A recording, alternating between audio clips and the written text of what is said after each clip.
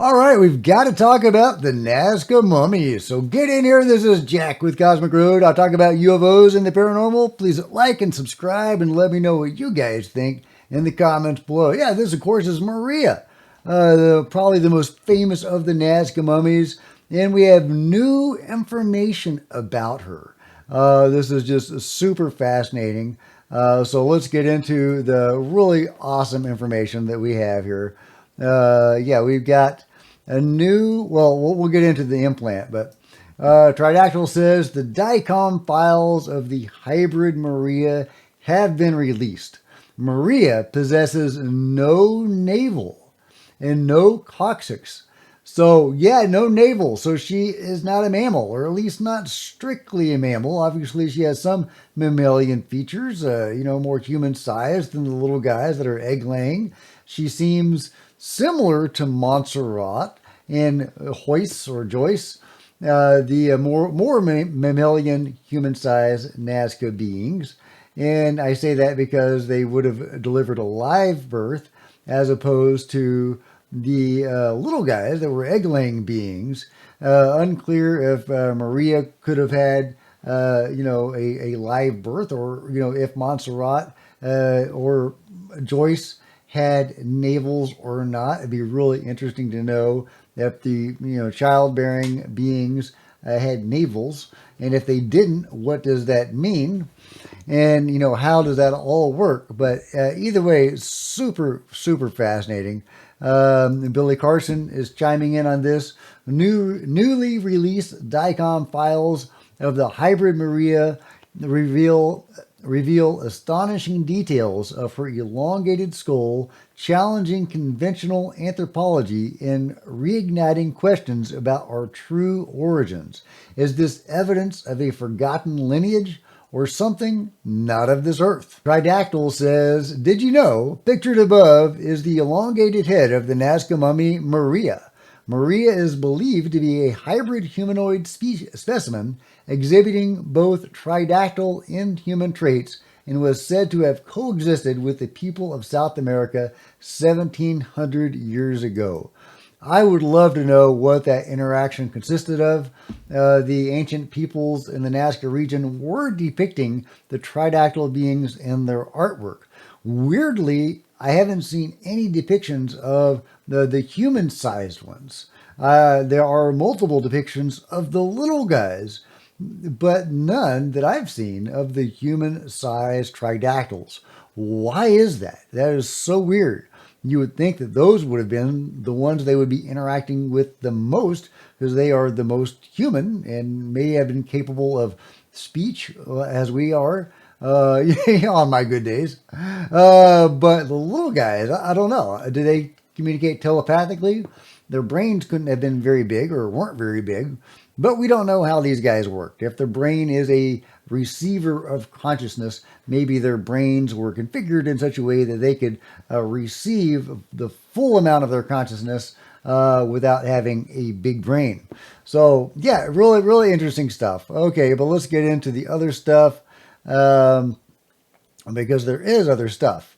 Let's see. Gonzalo Chavez says, if you follow the tridactyl discovery, skeptics often cite Julian Benowatt claiming Maria had fingers removed, including on at UAP AM. What they never mention is that he never had the DICOMs. He made his own visuals. Now that the files are public, his claim was debunked in less than a week. Indeed, there is no manipulation of Maria's hands. This is an extensive, somewhat examination on Reddit of Maria's hands. I present some curious preliminary findings regarding my investigations into Maria's morphology anatomy that are going to require some tricky explanation. This is a work in progress, so I don't present any conclusions at this time. This is just a sneak peek. The articulation surface of the trapezium is much harder than in the other carpal bones. This would suggest a lack aware due to the absence of the first metacarpal, no thumb. The scan is detailed enough to make out the radial artery. Here it branches into the superficial palmar arch. This is one of the most interesting aspects. There is a total absence of the abductor and extensor pollicis muscles or tendons. In other words, there are no muscles or tendons in the forearm that would enable movement of a thumb. I cannot fathom a way to not only open the entire hand and respace the metacarpals as well as remove musculature without damaging any other delicate structures like the radial artery and put everything back together without leaving signs of manipulation. Yeah, so they are legitimately tridactyl. It's wonderful that everyday citizens can take a look at this data and these images and reach their own conclusions and do their own research. But we do have teams of scientists and researchers, doctors that have studied the mummies, authenticating them as once living, genuinely tridactyl beings. And we're going to get more and more scientists involved as this goes on. We have another hearing in Peru to look forward to. Very excited about that. Meanwhile, Christian says, incredible and perplexing. A renowned Peruvian radiologist found a metal implant inside a bone of Maria. That's right. We know that the tridactyl beings had implants all throughout their bodies. But now we know that inside one of Maria's bones was an implant. We have found a metal implant inside the body of the mummy Maria. It was reviewing the tomographies made by the Ministry of Culture of Peru itself last September, something that had gone unnoticed since 2017. The extraordinary thing is that these are two pieces together of metallic density that have been placed inside a bone. The discovery has just been made by one of the most outstanding Peruvian radiologists of the new generation, whose identity we will reveal very soon. Very mysterious doctor there, who has just joined the verification of official tomographies made for the first time by the Peruvian state. This means that the Peruvian state has the proof in its hands that the discovery of the tridactyl beings is the most important in the history of humanity. How much longer are they going to take to declare the tridactyl beings definitive cultural heritage and open the international investigation? How are the scientists, journalists, and archaeologists who describe this finding as a fraud going to explain this finding? All the implants we discovered over 8 years in a dozen tridactyl bodies are external, attached in some unknown way to the skin. The density of these pieces exceeds that of all bones in coprolites, that is petrified feces. What function did they have? What advanced technique did they use nearly 2,000 years ago to place them inside a bone? Will they emit any waves or energy? Were there locators? I am preparing a special program to report the details, location within the body, and diagnoses from experts in radiology, medicine, and other specialties. So yeah, that is super exciting. We've got doctors on this, investigating this. This is, I believe, the bone where the implant is located. I don't think that is the implant itself, but this is on Maria, where they are finding new things all the time. No navel, got implants. Yeah, it's just wild. I love it. I love it. Let's see, and we have some, no signs of manipulation from Louisa's DICOM. Yeah, the only one that has any signs of manipulation is Wawita. And that appears to have been done in ancient times, maybe while Wawita was still alive.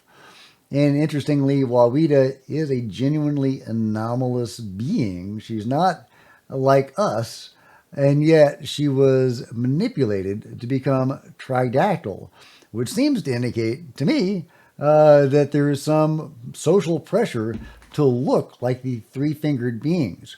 which to me explains partially why peoples around the world may have bound their skulls to look like the elongated skull people. And we know Maria and others in the Nazca mummies were elongated skull beings as well as tridactyl beings. So there may have been some, social pressure or something, some sort of pressure.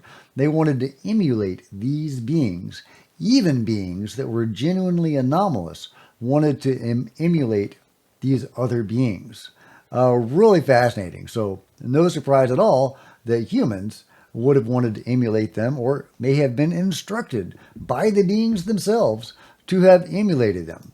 Jason Wild had some really good thoughts here. These beings were examined by forensic doctors from multiple countries, reviewed by TV Tokyo, and discussed in official congressional hearings in both Mexico and Peru.